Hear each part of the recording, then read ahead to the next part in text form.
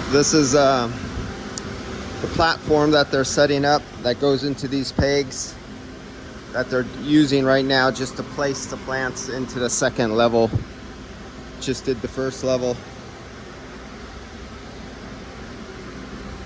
CO2 controls for humidity for the dehumidifiers.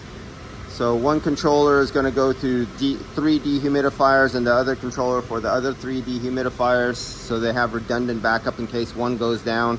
At least they're left with 3 working dehumidifiers in here. And the simple Troll Master for right now.